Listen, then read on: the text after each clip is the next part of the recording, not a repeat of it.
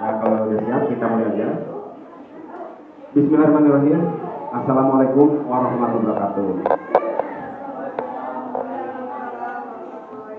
Dari semua juga Ibu Bapak Pembimbing, selamat siang semuanya. Selamat datang di Gedung Perundingan Linggarjati. Ada juga Ibu Penami semua. Gedung Perundingan Linggarjati ini yang berlokasi di Desa Linggarjati, Kecamatan Cilimus, Kabupaten Kuningan ini merupakan salah satu bukti sejarah dan saksi sejarah perjuangan diplomasi tokoh-tokoh pejuang Republik Indonesia di dalam upaya yang pertama untuk mencari pengakuan kedaulatan, yang keduanya untuk mempertahankan kemerdekaan. Karena pada zaman dahulu itu semua di buku sejarah juga ada di IPS di sekolah bahwa dahulu waktu setelahnya proklamasi kemerdekaan Republik Indonesia, waktu itu Belanda belum mau mengakui kemerdekaan dan kedaulatan Republik Indonesia, tetapi Belanda berusaha untuk kembali menjajah bangsa Indonesia, sehingga para pendahulu kita, para pejuang Republik Indonesia mengadakan perlawanan kepada Belanda atau perjuangannya dengan menempuh dua jalur perjuangan. Yang kesatu dengan perjuangan fisik atau dengan perang senjata, yang kedua dengan perjuangan diplomasi. Artinya perjuangan diplomasi ini adalah perjuangan melalui perundingan seperti rapat gitu ya, yang salah satu tempat diadakannya perundingan antara pemerintah Republik Indonesia dengan Belanda adalah di sini, di dalam ruangan tempat kita semua berdiri. Dahulu di sini mulai tanggal 11 sampai 13 November tahun 1946 diselenggarakan perundingan antara pemerintah Republik Indonesia dengan Belanda. Seperti di depan adik-adik ini adalah bekas tempat duduknya utusan Belanda atau delegasi Belanda yang terdiri dari Profesor Insinyur Herman Ketua. Bekas tempat duduknya di sisi sebelah sana. Anggotanya 3 orang inilah. Ada Panpol, Debur, dan Panmuk. Kemudian delegasi atau utusan dari kita Republik Indonesia di belakang ada di semua.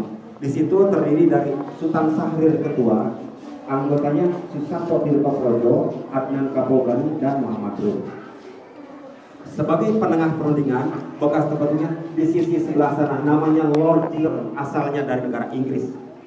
Selain itu ada lagi yang terlibat yaitu di belakang ibu atau belakang bapak. Di sana adalah bekas tempat duduknya notulen. Mereka bertugas sebagai penulis atau pencatat perundingan yang terdiri dari Lainana, Ali Budiarjo, Amin Saripudin, dan Sudarsono. Dari semua, bagus semua, dari perundingan di sini dihasilkan kesepakatan dengan nama Naskah Persetujuan Linggarjati yang isinya terdiri dari 17 pasal. Yang isi pokok ada 3 poin. Isi pokok yang ke-1 dinyatakan bahwa Belanda mengakui secara de facto Republik Indonesia dengan wilayahnya meliputi Pulau Jawa, Madura, dan Sumatera. Dan tentara Belanda harus segera meninggalkan daerah de facto paling lambat tanggal 1 Januari tahun 1949. Isi pokok kedua, Belanda dan Republik Indonesia bekerja sama membentuk negara Indonesia Serikat atau dengan nama negara RIS. Dengan salah satu negara bagiannya adalah Republik Indonesia. Yang terakhir ketiga, Belanda dan negara RIS bekerja sama membentuk Uni Indonesia Belanda dengan Ratu Belanda ketuanya. Inilah di semua ibu semua yang merupakan isi pokok dari Persetujuan Linggarjati. Yang selanjutnya, setelahnya selesai perundingan di sini, para peserta perundingan menuju kediaman Sultan Syahrir di Jakarta. Pada tanggal 15 November tahun 1946, naskah Persetujuan Linggarjati diparaf di sana. Yang setelah itu di tanggal 25 Maret tahun 1947 ditandatangani di Istana Negara di Jakarta. Jadi di sini hanya merupakan tempat perundingan saja. Yang waktu itu bangunin di hotel waktu di perundingan bernama Hotel Merdeka. Kalaupun pada awalnya bangunnya adalah rumah kediaman, rumah peristirahatan seorang bangsa Belanda, Tuan Pankos namanya.